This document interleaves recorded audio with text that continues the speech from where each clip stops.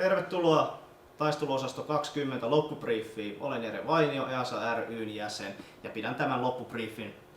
Poiketen totutusta tämä loppubriefi pidetään YouTube-videona, jolloin ei tarvitse sitten pelaajien jäädä tänne odottamaan fyysisesti paikan päälle. Ja he voivat sitten katsoa, kun olet päässeet kotiin, niin tämän ihan turvallisesti koronaehtojen mukaan. Eli ei sitten järjestetä mitään tarpeettomia kokoontumisia. Tapahtuma kesti sen 3 päivää ja 1 päivä, tai ilmoittautuminen alkoi torstaina ja kesti sitten, peli alkoi sitten perjantaina ja kesti sitten sunnuntaihin. Tapahtumassa oli paljon erilaisia tilanteita, niin koomisimpia kuin jotain strategisempia keissejä. Pelin totuttuun tapaan 2 osapuolta taistelee alueella ja nyt pyrittiin tehtävissä sitten enemmän käyttämään siviilejä hyödyksi, jolloin se pakotti sitten siviilit periaatteessa tai niin osapuolet käymään kanssakäymistä siviilien kanssa, että he saavat omia tehtäviään eteenpäin. Muuten tapahtuma meni ihan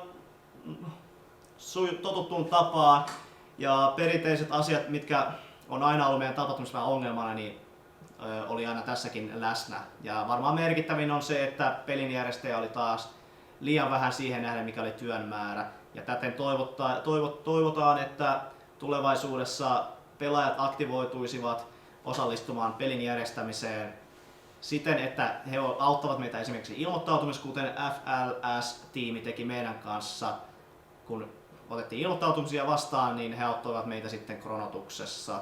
Ja täten he sitten kevensivät pelinjohdon sitten taakkaa.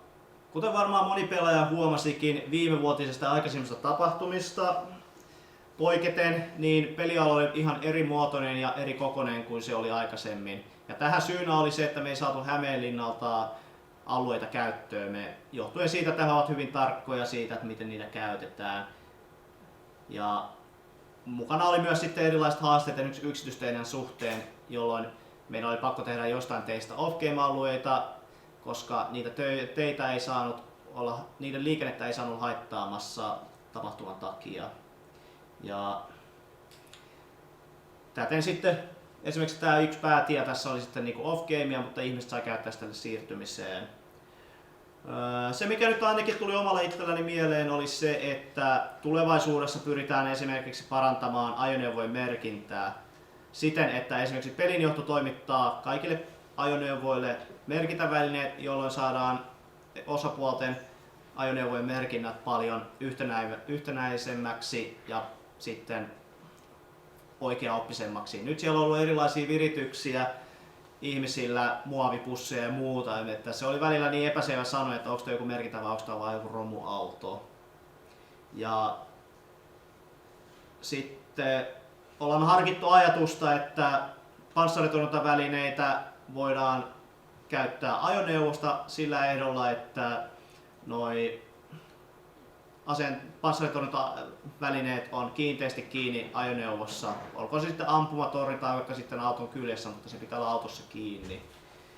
Ja ollaan myös harkittu sitä, että jokaiseen ajoneuvoon tulevaisuudessa edellyttää radiopuhelin ja se, että siellä on kanava 8 pyhitetty ajoneuvojen väliseen keskusteluun, jolloin ajoneuvojen kuljettajat voivat keskustella muiden ajoneuvojen kanssa mahdollisista vaaratilanteista ja info heitä eteenpäin, osumista ja muista.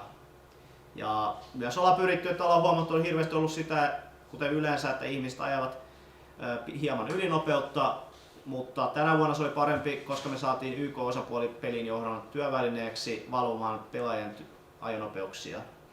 Mutta pyydetään silti edelleen ihmisiä keskittymään ja pitämään huoli siitä, että ei ajeta liian nopeasti tuolla.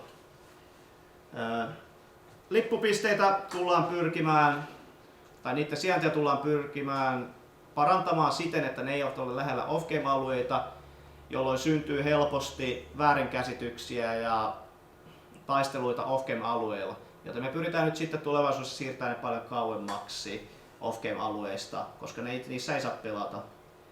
Ja suotavaa olisi myös sekin, että osapuolten pelaajat kokeilisivat välillä esimerkiksi toista osapuolta, jolloin saadaan osapuolet tasoitettua. Nyt tänä vuonna oli taas se sama homma, että toisella osapuolella oli selvä miesylivoima, kun taas toisella oli sitten selvästi paljon vähemmän pelaajia. Kokeilkaa toista puolta, se voi olla aika positiivinen kokemus. Sitten yksi pieni asia, mikä haluttaisiin tuota esiin yhdistyksen toimesta, on pieni sääntömuutos koskien ampuminen ajoneuvojen läheisyydessä. Ja tämä taas johtuu siitä, että pyritään välttämään vaaratilanteita ja selkeyttämään sitten muille pelaajille, että kyseessä on taistelutilanne eikä esimerkiksi ajoneuvon nouseminen. Eli jatkossa kehotamme kaikkia pelaajia ja tulemme vaatimaan myös kaikilta pelaajilta sen, että jos ammutte ajoneuvon takaa, niin molemmat jalat ovat maassa. Eli ei ole silleen, että toinen jalka on esimerkiksi tuossa askeleella ja toinen jalka on maassa, vaan molemmat jalat pitää olla maassa sen takia, että ei synny mitään vaaratilanteita. Ja sitten toinen asia koskien osapuolten tukikohtia. Nyt on tullut hirveästi palautetta niin pelijärjestäjiltä kuin muuta pelaajilta koskien asuntoajoneuvoja tai asuntovaunuja ja muita tämmöisiä yhdistelmiä. Eli jatkossa nyt harkitsemme sitä, että noi asuntovaunut tullaan kieltämään tukikohdissa ihan yksinkertaisesti tilan puutteen vuoksi. Meillä ei ole resursseja tai tilaa saada kaikkia mahdollisia asuntovaunuja tuohon tukikohtiin silleen, että saadaan kaikki turvallisuusasiat järjestykseen.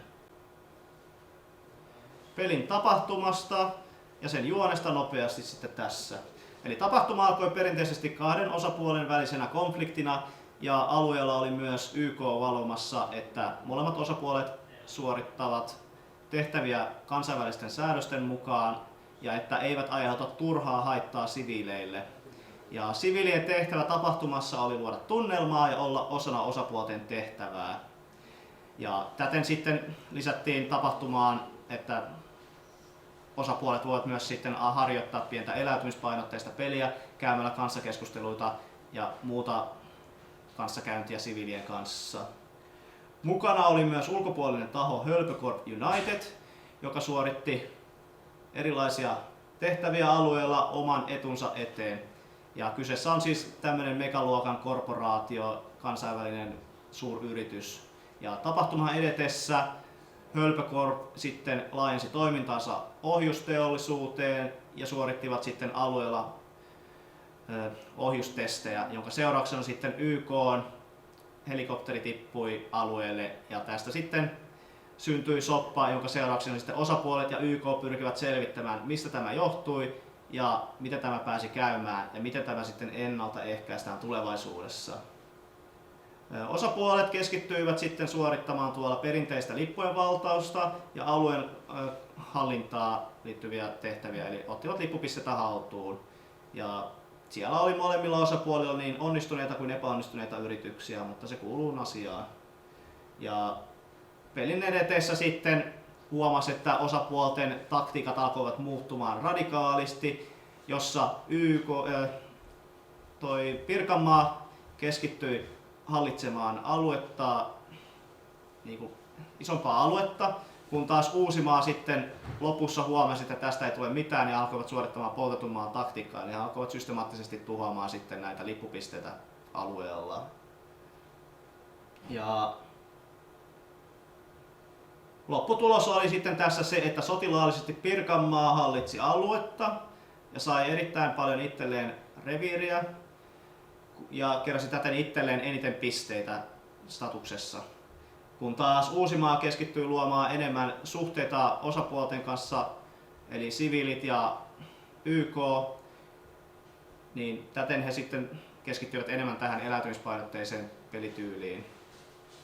Pelin lopussa lyhykäisyydessään Hölpöcorpia ei saatu koskaan vastuuseen tekemisistään, ja se osapuoli, joka pudotti sen koneen, niin ei koskaan sitten selvinnyt, mistä tämä sitten loppujen lopuksi johtui. Moro! Sami Mansikka, YK:n komentaja. Ja tässä nyt vähän kerron jälkikäteen, että kaikille vielä, varsinkin niille, ketkä ei pelissä ole ollut, että mitä osapuoli on tullut tänne tekemään, mitä me ollaan saatu aikaa ja no, miten meillä ylipäätänsä meni. Eli meidän osapuolen tarkoituksena oli olla vähän semmonen 50-50 pelillinen osapuoli sekä sitten pelijärjestäjien työkalu tuolla kentällä. Eli osittain me valvottiin pelin kulkua, miten ihmiset noudattaa sääntöjä, valvottiin ajoneuvojen nopeuksia, paladin osumia ja sitten toinen puolisko, niin toteutettiin omia tehtäviä ja omia tavoitteita. Pelin alussa käytiin siviilikylässä osalla porukasta. Osa porukka lähti saman tien valvoa peliä. Järjestettiin sekä Pirkanmaan että Uudenmaan tukikohteen läheisyyteen heti meidän checkpointit, missä me valvottiin, ettei ajoneuvot lähde saman tien talla pohjas kaasuttaa omaa valtaamaan itsellensä lisää tonttia. Toinen puolisko meni siviilikylään, esittäytyi siviileille, kylän päällikölle, nimismiehelle ynnä muille ja lähdettiin suorittamaan sit yhteistyötä ja lähdettiin hakemaan siviileille vesipistettä, että siviilit saa puhdasta vettä. Turvattiin, että siviilit saa puhdistettua kyseisen pumpun ja järjestetään sen puhtaan veden, saastuneen veden sijaan. Samalla meille tuli info, että kylässä leviää jonkinnäköinen tauti. Koitettiin selvittää sitä. Saatiin tietoon, että kylässä pyörii huumeita. Koitettiin selvittää sitä. Ja sen lisäksi, koska kylän pankki oli palannut, niin suht nopeasti siinä ensimmäisen päivän aikana toimitettiin rahakuljetus kylään. Sairauden leviäminen pyrittiin estämään ja selvittämään, mistä tämä johtuu. Siinä loppujen lopuksi meillä oli erinäköisten käänteiden jälkeen 2 vaihtoehtoa. Kylässä ollut Eeva-mummo oli jakanut ihmisille karkkia, mitkä olivat pilaantuneita.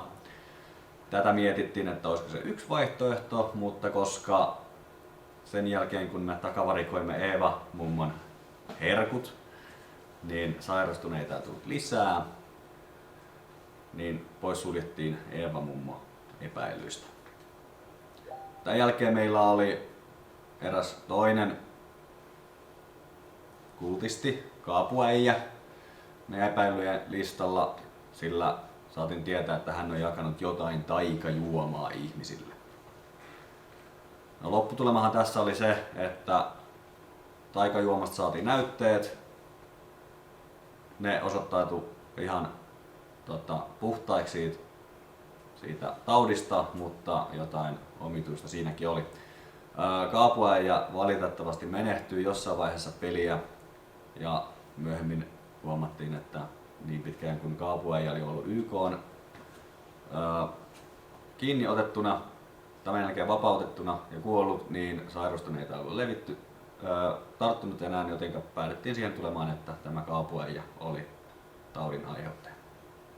Huumeiden osalta kylässä YK sai erinäköistä vihiä eri henkilöistä, mutta loppujen lopuksi YK ei saanut missään vaiheessa tätä huumeiden levittäjää kiinni, vaikka parinkin kertaan tehtiin isku. Char Workshopin 2 tehdyn iskun jälkeen emme saaneet mitään todisteita yhtään mistään. Ensimmäisellä kerralla oli saanut vihjeä, että me ollaan tulossa. Paikalta löytyi 1 pilleri, laittomia aseita, mitkä takavarikoitiin.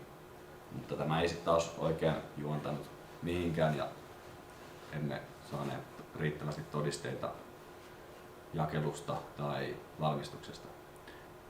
Tämän lisäksi YK löysi alueelta kultaa, mikä loppujen lopuksi päätyi erinäisten asioiden kautta takaisin kaupunginjohtajan piilopaikkaan, mistä joku muu ne loppujen lopuksi varasti. Tapahtuman aikana YK:n helikopteri ammuttiin alas,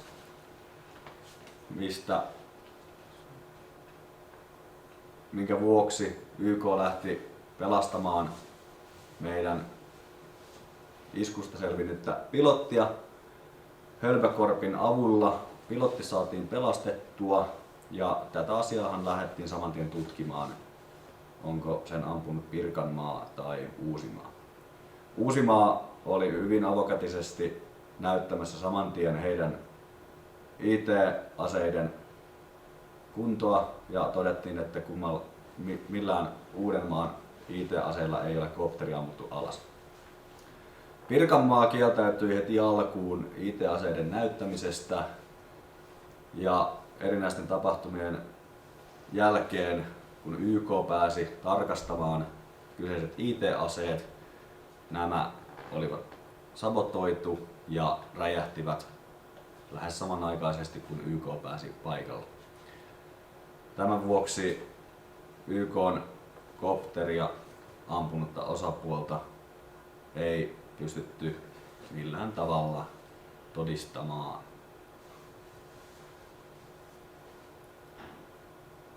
Lopputulemana YK-osapuolena toimi mielestäni hyvin.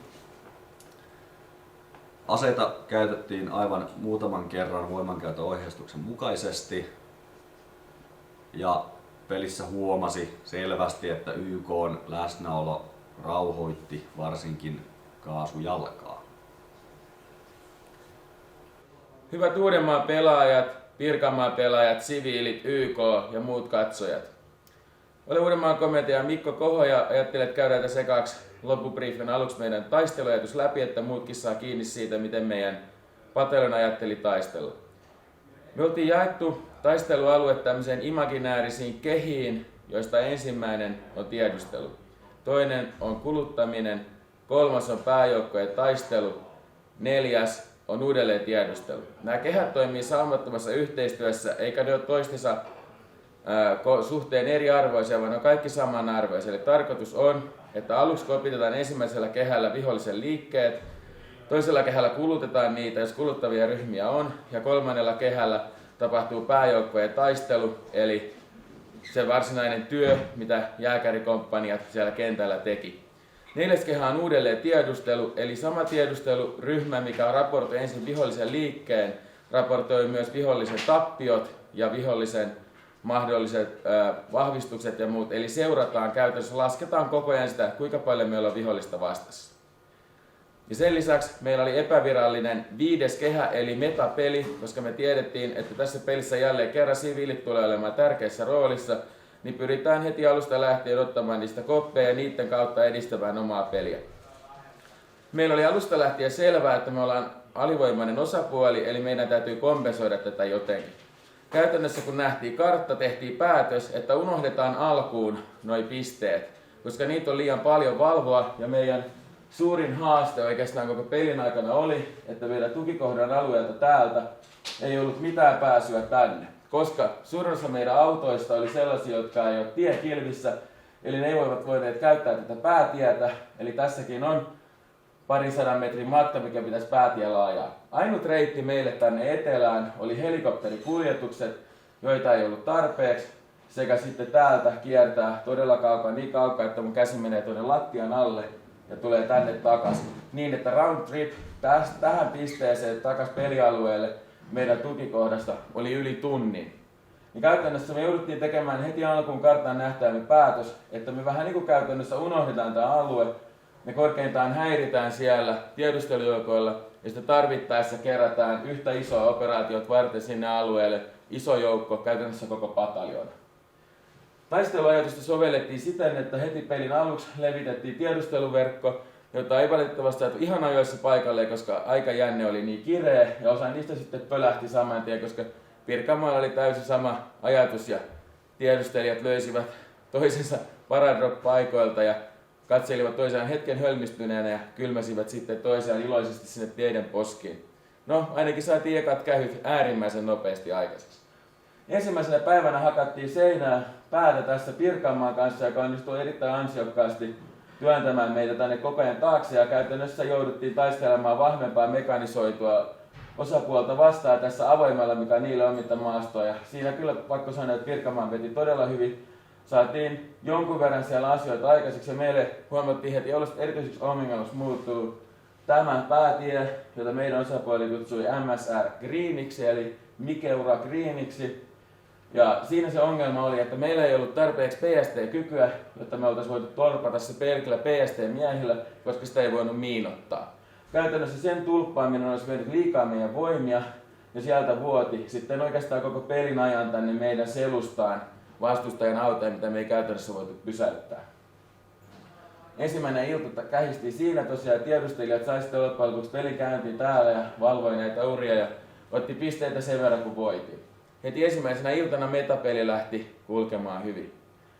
Sitten toisena päivänä päätettiin, että otetaan nyt tänne etelään vahva presens, kokeillaan sitä kerran, että pelaajat saa pelata muutakin kuin pelkästään tätä aluetta.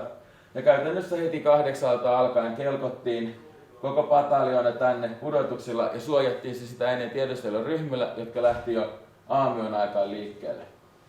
Se operaatio onnistui erittäin hyvin ja samaan aikaan tehtiin tämän operaation kanssa, jota kutsuttiin Operation Returneriksi, CIMIC-operaatio Aurora tällä alueella, eli Civilian Military Cooperation, eli julistettiin nämä vesipisteet yhteiseksi omaisuudeksi YK:lle ja siviileille, ja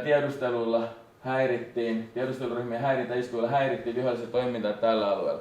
Tarkoitus oli yhtä aikaa haitata Pirkanmaan toimintaa, parantaa suhteita siviileihin sekä aiheuttaa Pirkanmaalle sotilaallis-poliittinen paine olla ottamatta näitä pisteitä, jolloin he näyttävät pahalta sitten metapelin kannalta. Samaan aikaan julistettiin tänne Operation Returnerissa tällainen line of control meille. Julistettiin se Uudellemaalle kuuluvaksi alueeksi, ja koska meidän joukot olivat siellä aikaisin paikalla, käytännössä valmisteltiin tänne koko pataljoona puolustamaan tätä aluetta, ja vihollisen mekanisoitu komppania sinne ainakin kertaalleen tuhottiin.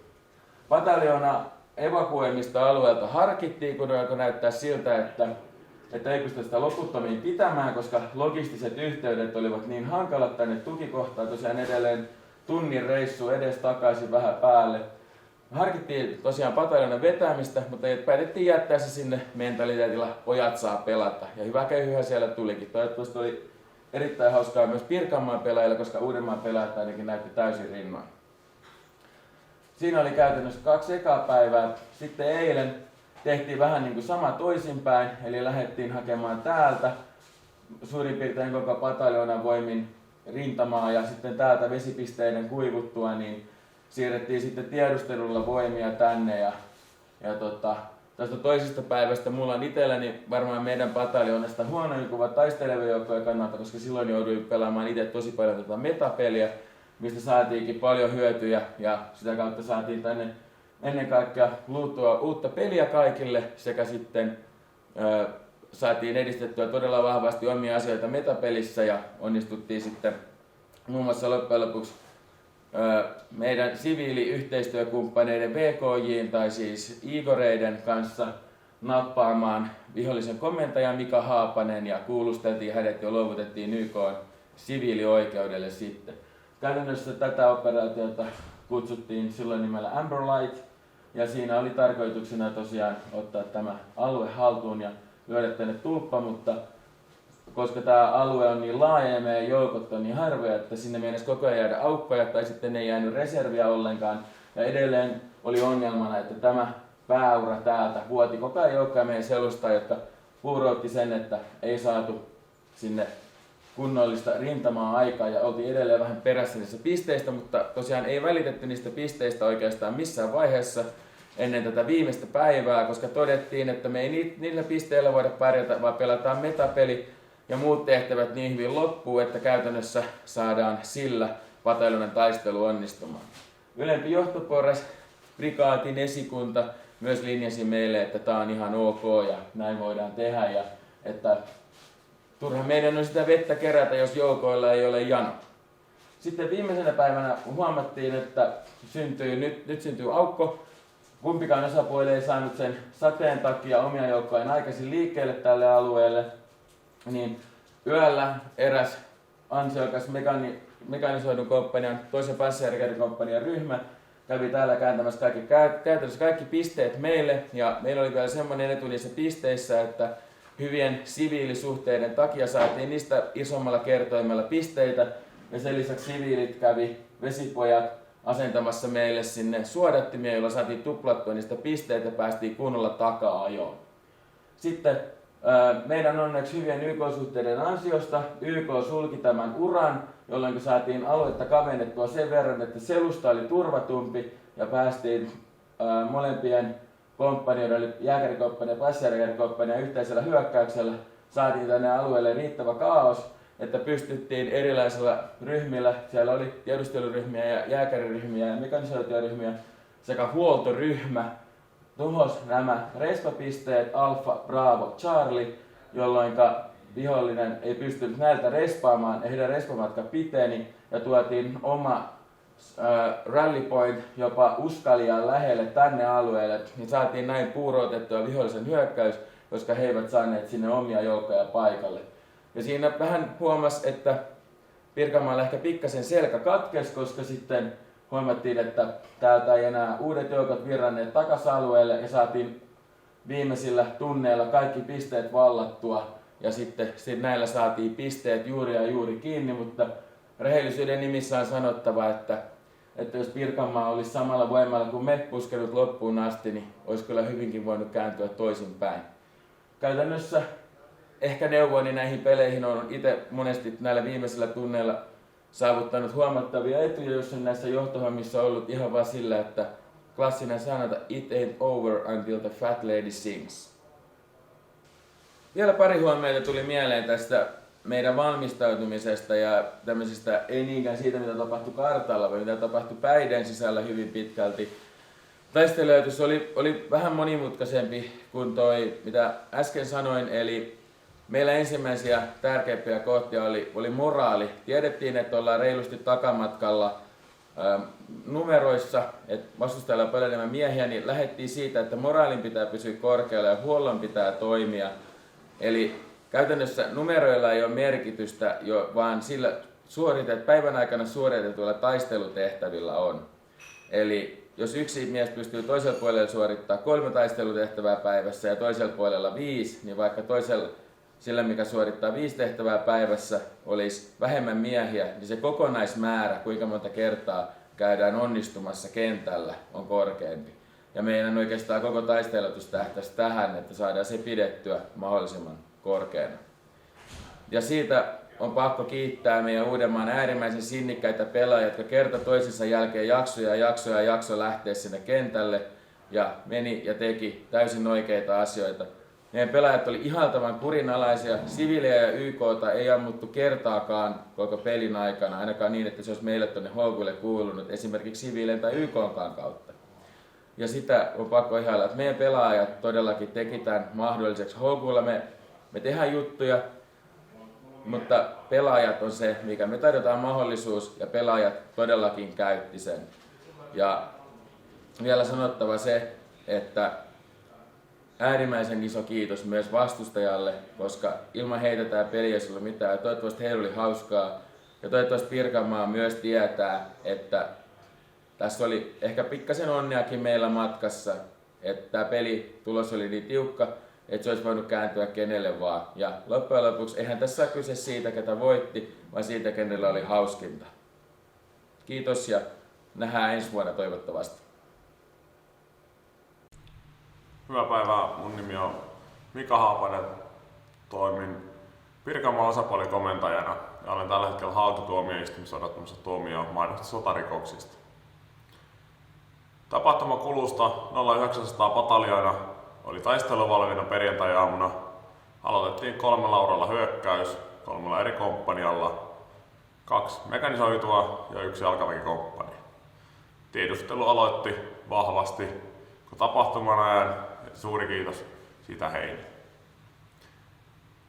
Peli eteni odotetusti, kaikkiin haluttuihin tavoitteisiin päästiin. Lippujen hallinnalla hallittiin pelialuetta ja suoritettiin isoja manyyvereitä niiden tarvittaessa. Perjantai-päivä kulki odotetusti ja niin kuin se haluttiin kulkevan, eli me tehtiin ja Uusimaa vastasi. Lauantai-aamuna viimeistään 0700 kaikki tiedustelut oli ulkona. Kentälle ei menty sokkona tällä kertaa, vaan hyvällä tiedustelutiedolla, jonka seurauksena kenttä oli hyvin pian meidän hallinnassa. Sieltä löytyvät Uudenmaan punainen valti, jonka he julistivat eteläosan käytiin ottamassa takaisin Pirkanmaan hallintaan ja näin. Siinä saatiin päivää kulutettua, yhtä komppania käytettyä. Oli hyvää harjoitusta meidän joukoille pidemmässä aikajuoksussa. Lauantai-iltana suoritettiin suurhyökkäys lentokentän alueelle koko pataljoona voimalla 3 uralla tuloajalla ajastettuna. Kyseisen tapahtuman aikana jäin vangiksi siviileille, jotka luovuttivat minut sitten Uusimaan käyttöön. Minua kohdeltiin Uusimaan tukivuodessa hyvin. En kokenut väkivaltaa tai muuta ylimääräistä ahdistelua. Uusimaa toimi paljon siviilien kanssa. He suorastunut jopa pelasivat samassa bussissa meidän näkökulmasta, mutta se on sitten muiden ihmisten päätös, miten he asiakkaat toimivat. Minä odotan tuomiota ja mahdollista oikeudenkäyntiä. Kiitos. Morjesta. Mä olen Panu Ternola ja toimin tosiaan tänä vuonna Pirkanmaan osapuolen varakomentajana lauantai-iltaan saakka. Lauantai-illan suurhyökkäyksessä sain tiedon heti alkuun, että komentajamme Haapanen on vangittu. Ja tästä sitten koppia ottaen olin sitten komentajan tehtävissä pelin loppuun saakka. Saimme tosiaan Haapaselta pienet terveiset tuolta Haagin puolelta, jossa hän läpi kävi lyhyesti tämän perjantain sekä lauantain tapahtumat pelistä. Ja sitten meikäläinen jatkoi siitä sunnuntaihin. Sunnuntain taistelu tosiaan, tai päivä kokonaisuudessaan lähti käyntiin hyvinkin odottelun merkeissä. Pari päivää oli annettu hyvin pataan Uudellemaalle, joten päätimme sitten antaa aamulla vähän siimaa. Olimme tosiaan liikkeelle lähtö valmiina heti aamu 8, mutta päätimme odottaa 9.20 saakka. Taisteluun päästyämme tuttuun ja turvalliseen tapaan kylvettiin suorastaan tuhoa ja suurin osa pelaajista kuitenkin pelasi tuplausumaan saakka, jolloin sitten suuntasivat pakkailuiden kautta kotiin. Tämän jälkeen tosiaan niin meidän osapuolemme vahvuus heikkeni huomattavasti Uudenmaan jaksaessa hyvällä voimalla loppuun saakka. Haluan kiittää Pirkanmaan esikuntaa, komppanian päälliköitä, tiedustelupäällikköä sekä kaikkia tapahtumaan osallistuneita pelaajia. Iso kiitos myös Uusimaalle tämän vuoden vastuksesta. Kiitos ja nähdään ensi vuonna. Sitten lyhykäisyydessään kerron sitten omasta roolista tapahtumasta ja annan teille katsojille mahdollisuuden nähdä tapahtuma tai kokea tapahtuma siviilien näkökulmasta. Eli toimin siviilien kylän johtajana ja samalla game masterina, jolloin pystyn hallitsemaan sitä, että mitä kaikkea siviilit tulevat tekemään tapahtumassa, mitä resursseja heillä on ja mitä kaikkea heillä on luvassa.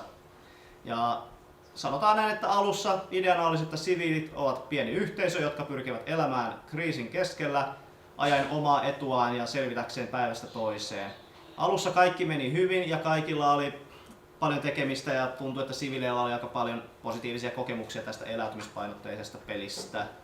Pelin kulusta voi nopeasti katsoa tuolla meidän TSTOS Newsissa, eli me ollaan tehty nettisivu, missä yksinkertaisesti vain julkaistaan NS-pelillisiä uutisia, ja mä oon yrittänyt sinne sitten parhaani mukaan lisätä erilaisia noita uutisia, joka antaa fiiliksen ja kuvan siitä, mitä tapahtumassa on tapahtunut siviiliosapuolella. Ja mä voin tuossa taustalla näyttää nopeasti ainakin muutaman uutisen. Eli tuossa näkyy aika hyvin, että mitä kaikkea siellä on tehty ja mitä niinku pelillisiä liikkeitä osapuolet on tehnyt ja miten tietyt osapuolet on ottanut sen vastaan.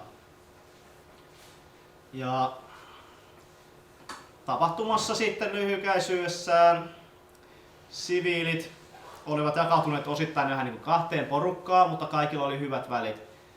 Toinen puoli oli ihan niitä perinteisiä siviilejä, jotka pyrkivät vain elämään päivä kerrallaan. Kun taas toinen osapuoli siviileistä keskittyi luomaan bisnestä ja aiheuttamaan pientä haittaa taisteleville osapuolille riippuen heidän poliittisesta kannastaan tapahtumassa.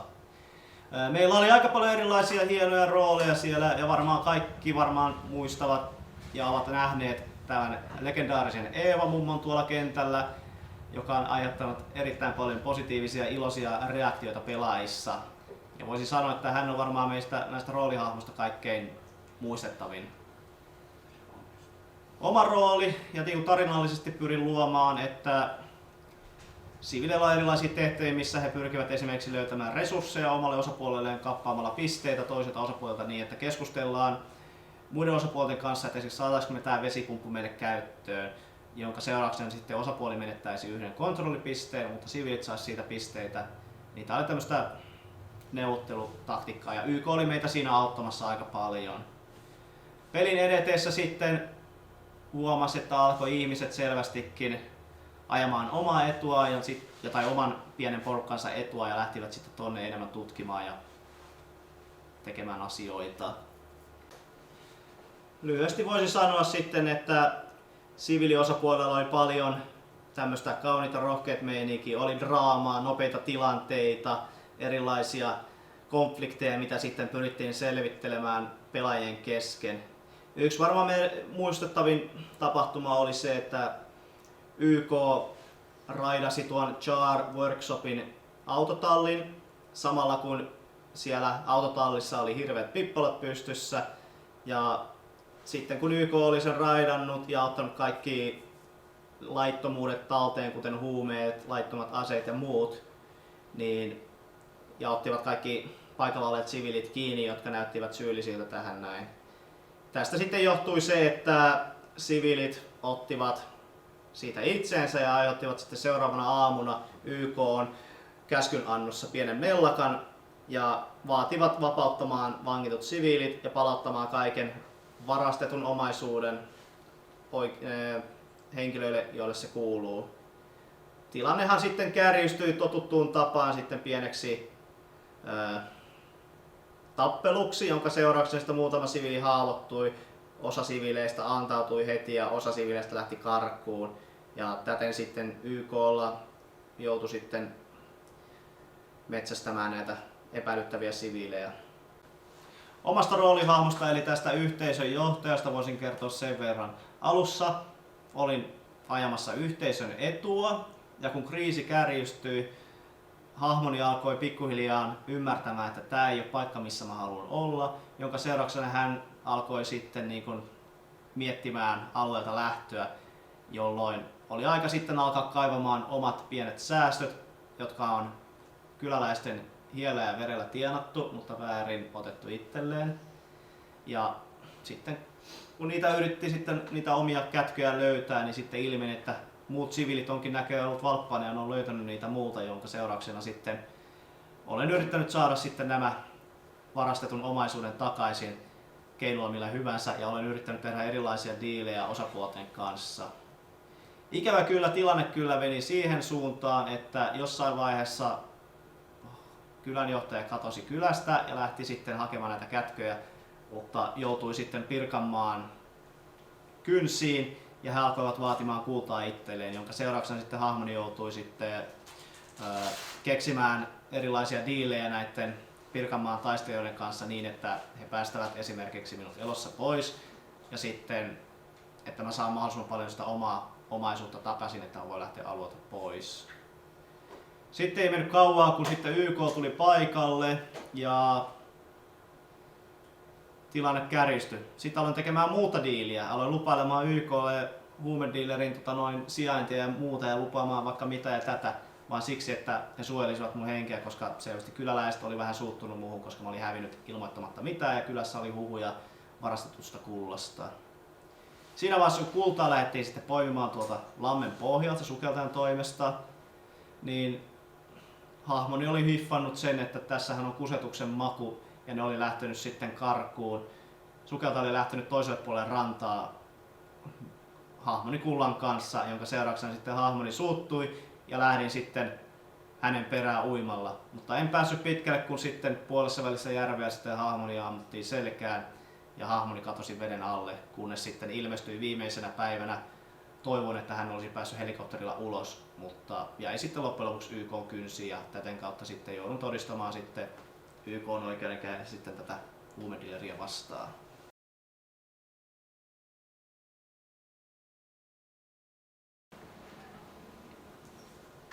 Perkele jäi 5 karvatin juuri. Se on vittumaista. Se kuva. Kuvasko? Se vaan loppukevennys.